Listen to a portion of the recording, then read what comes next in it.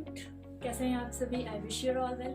Just last और previous video में मैंने आपको विटामिन का डेफिनेशंस और उनके क्लासिफिकेशन, उनका वाटर सॉल्युबल क्लासिफिकेशन और विटामिन की सारी इन्फॉर्मेशन जस्ट लास्ट वीडियो में बताया हुआ है, तो आप वहाँ से कंसिडर कर सकते हैं। वो वीडियो बड़ा हो जाता था और बड़े वीडियो में लास्ट वीडियो में कनेक्टिविटी का बहुत प्रॉब्लम जाता है, इसलिए मैंने उसमें सिर्फ वाटर सॉल्युबल वीडियो बताया था, वाटर सॉल्युबल विटामिन बताया था। अब मैं आपको फैट सॉल्युबल विटामिन अभी बताने जा रही हूँ। देखिए ध्यान से,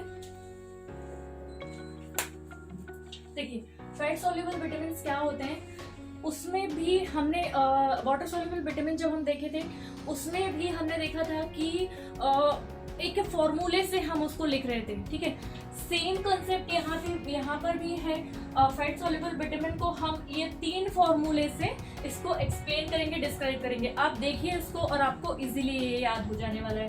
देखिए आपको यहाँ पर दिख रहा है ब्लॉन्ड्स लिखा हुआ है, इसका मतलब है कलर, सुनहरा कलर, एक गोल्डन कलर जो होता है, उस गोल्डन कलर के एक टाइप के कलर को ब्लॉन्ड्स बोला जाता है, जो हेयर डाई के या फिर हेयर्स के कलर के लिए आजकल किया जा रहा है, तो उसमें यूज होता है। एक पीटर देख रहे हैं आप, पीटर लिखा हुआ है, ठीक है।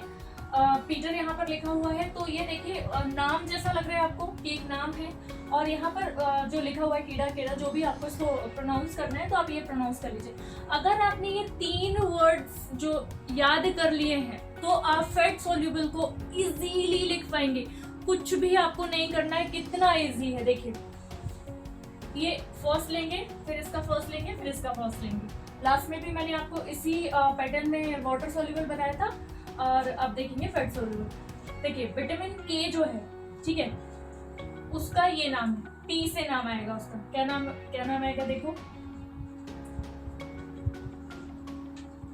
फाइटोनाडायोन, या इसको फाइटोना आप डायोन भी पढ़ सकते हैं, फाइटोनाडायोन। विटामिन के का केमिकल नेम है फाइटोनाडायोन, ठीक है। अब ये इसका डिजीज का नेम है, ये डिजीज है, ये केमिकल नेम है, और ये विटामिन है, ठीक है। यहाँ पर देखिए ये इसका केमिकल नेम हम क्या लिखेंगे? बी से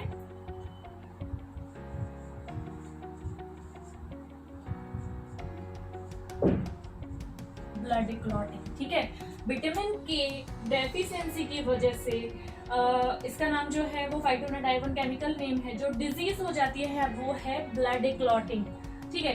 ब्लड क्लॉटिंग क्या होता है इसके बारे में मैं आपको बता दूं। ब्लड क्लॉटिंग क्या होता है? जब स्किन कट जाती है, ठीक है, उसमें से ब्लड निकलता है। जब ब्लड जमा नहीं होता है और बहते रहता है लगातार, तो उसको बोलते हैं ब्लड क्लॉटिंग डिफेक्ट। मतलब अगर के आपके बॉडी में प्रेजेंट है, विटामिन के, तो आपको ब्लड क्लॉटिंग इजीली हो जाएगा, और ब्लड क्लॉट इजीली हो जाएगा तो आपका ब्लड का बहना बंद हो जाएगा। इंटरनल इंजरी में भी सेम कंसेप्ट है। अगर कहीं लग जाता है और हमको दिखता नहीं है, जैसे सबसे ज्यादा ब्रेन के लिए होता है। अगर हमारे ब्रेन में, हेड में अगर चोट लग जाती है और वहां से ब्लड बहने लगता है, तो ब्लड के क्लॉट्स बन जाते हैं अंदर। लेकिन ये क्लॉट और उस क्लॉट में बहुत फर्क होता है। तो वो क्लॉट्स की वजह से ब्लड बहने लगता है इंटरनली, और वो क्लॉट्स की वजह से ब्रेन हैमरेज हो जाता है। तो अगर ब्लड ना बहे, वो वहीं के वहीं रुक जाए, उसका फ्लो ना हो, उसके लिए विटामिन के की जरूरत पड़ती है, ठीक है। विटामिन के की वजह से हमको ब्लड क्लॉट्स हो जाता है, ब्लड जम जाता है, यानी बहना उसका रुक जाता है और नॉर्मल प्रोसीजर होने लगती है। तो ये सारे चीजें होती हैं वो विटामिन के की वजह से। इसलिए विटामिन के बॉडी में भरपूर मात्रा में होना चाहिए। और विटामिन के जो है उसका रिच सोर्स होता है। मैं इसके सोर्सेज और सिम्टम्स ये बाद में बताती हूँ, सबसे पहले आपको ये बता देती हूँ। विटामिन ए हो गया, ठीक है। नेक्स्ट है E, vitamin E. Vitamin E second number पर है, ये इसका सेकेंड नंबर ले लेंगे हम, ठीक है। विटामिन ई जो है उसको बोलते हैं टैकोफेरोल, ठीक है। और इसका सेकेंड नंबर ले लेते हैं एल। एल मतलब less fertility,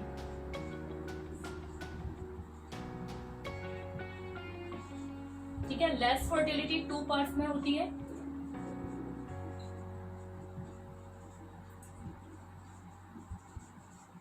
sterility in male, and ये फर्स्ट है, एंड सेकेंड है abortion in female, abortion in female, ठीक है। लेस फर्टिलिटी के टू पार्ट में डिवाइड किया गया है इसको, ठीक है, फर्स्ट एंड सेकंड, ठीक है। ये टोकोफेरॉल की वजह से होता है, ठीक है। नेक्स्ट हम लिखेंगे, नेक्स्ट है डी, विटामिन डी, ठीक है। विटामिन डी, देखिए विटामिन डी की वजह से क्या होता है। विटामिन डी का केमिकल नेम लिखेंगे सबसे पहले। विटामिन डी का केमिकल नेम होता है, ये अगर आपने लिख लिया है तो मैं इतना इरेज कर देती हूँ, तो यहाँ पर इजीली मैं दूसरा राइट डाउन कर पाऊंगी। देखिए विटामिन डी जो होता है उसका केमिकल नेम होता है Ergo calciferol. Ergo calciferol vitamin D का केमिकल नेम है, और इसकी डिजीज जो है वो इस नाम से लिखेंगे, हम इससे लिखेंगे।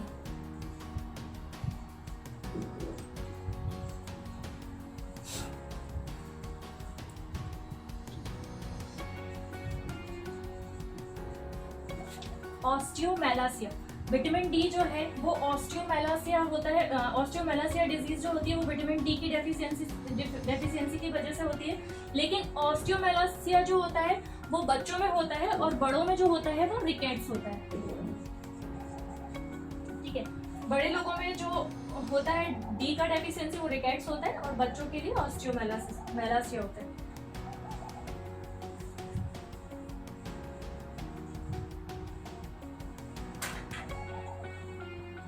देखिए लास्ट बचा है इसका विटामिन ए, ठीक है। इसका लास्ट ये बचा है आर। विटामिन ए को का केमिकल नेम होता है, वो होता है रेटिनॉल, ठीक है। विटामिन ए का केमिकल होता है रेटिनॉल, और ये बचा हुआ है देखो, इसका मीनिंग होता है नाइट ब्लाइंडनेस।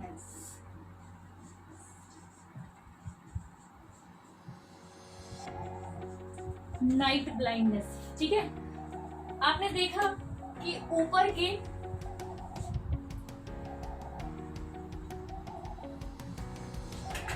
के वर्ड से ये विटामिन लिए हुए हैं हमने यहाँ पर।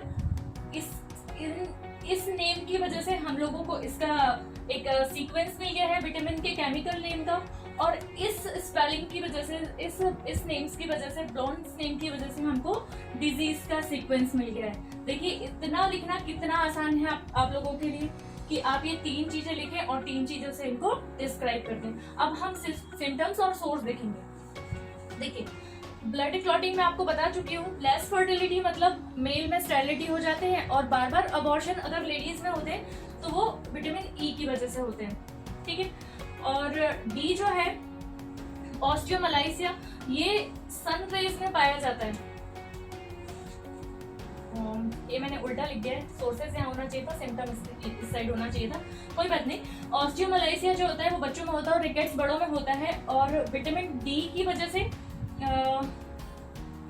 सिम्टम्स इसका ये है कि जो बोन्स होती हैं बच्चों की या बड़ों की, किसी के भी जो बोन्स होते हैं वो धीरे धीरे डैमेज होने लगते हैं, और अगर विटामिन डी की बहुत ज्यादा कमी हो जाती है किसी में, तो जो बोन्स है वो ब्रेकेज या डैमेज भी हो सकती हैं, ठीक है। और नेक्स्ट लास्ट है ए, विटामिन ए की कमी से नाइट ब्लाइंडनेस होता है, मतलब रात के समय में तो कम दिखता ही है, इवन इवनिंग जैसे जैसे होते जाती है तो दिखना थोड़ा कम हो जाता है, बंद हो जाता है, उसको बोलते हैं नाइट ब्लाइंडनेस।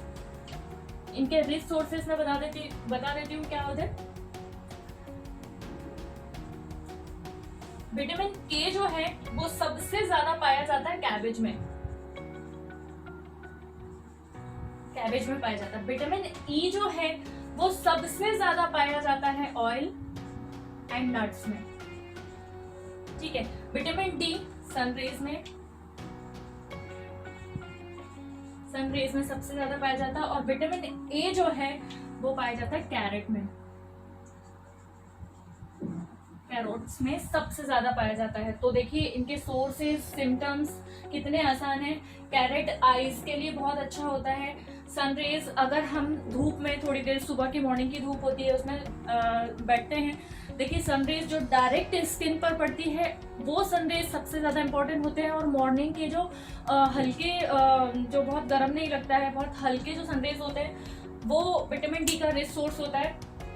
ऑयल और नट्स, सारे नट्स जैसे ड्राई फ्रूट्स हैं और पीनट हैं, ये सारे जो नट्स होते हैं वो विटामिन ई के रिच सोर्सेस होते हैं। और कैबेज हमारा जो होता है, बंद गोभी, फूल पत्ता गोभी जिसको बोलते हैं, वो विटामिन के का रिच सोर्सेस है। लास्ट वीडियो बहुत बड़ा हो जाता, कनेक्टिविटी में प्रॉब्लम होता, इसलिए मैंने एक वीडियो को अलग से बनाया है फैट सोल्यूबल विटामिन के लिए। तो सबसे पहले जो ये वीडियो देख रहे हैं या जो पहले ये वाला वीडियो देख रहे हैं, वो सबसे पहले फार्मेसी रियल स्टडी चैनल में जाकर फर्स्ट वाला वीडियो देखें विटामिन का। मैं उसको विटामिन 1 नाम दी हूँ, तो आप वो वाला वीडियो पहले देखें, बाद में ये वाला वीडियो देखें। ध्यान से पढ़ें, अच्छे से पढ़ें। फार्मेसी जो है वो ट्रिकी या प्री डिसाइडेड या एक स्ट्रैटेजिक स्टडी करके आप पढ़ सकते हैं। आप इसको बहुत अच्छे से याद तो कर सकते हैं, लेकिन बहुत अच्छे से उसको याद रखने के लिए एग्जाम तक याद रखने के लिए आपको इसको ट्रिकीली पढ़ना पड़ेगा, आपको इसको स्ट्रैटेजिक पढ़ना पड़ेगा। मैं बार बार आपको बोल रही हूँ कि फार्मेसी अगर आप पढ़ते हैं, देखिए इतने सारे नाम होते हैं, आपके एग्जाम आते आते तक सिर्फ एक सब्जेक्ट के अराउंड 2000 नेम्स याद करने होते हैं। लाइक फाइटोनाडाइवन, डायोन, टैकोफेरॉल, इर्गोकैल्सीफेरॉल, रेटिनॉल, ये कॉमन नेम नहीं होते हैं। इनको याद करना तो बहुत आसान होता है, लेकिन उनको याद रखना बहुत मुश्किल होता है। तो इनको याद आप किसी ट्रिक से याद रख सकते हैं। मैंने ट्रिक्स छोटी छोटी लिखी हुई हैं, ट्रिक्स लगाई हुई, लेकिन ये आप अपने हिसाब से भी लिख सकते हैं, अपने अकॉर्डिंग भी आप इनको चेंज कर सकते हैं। आपको जिस भी ट्रिक से याद रहे आप उसको उस ट्रिक से याद रखिए। अच्छे से पढ़िए, ध्यान से पढ़िए, ध्यान रखिए, अच्छे से एग्जाम फाइट कीजिए। Thank you.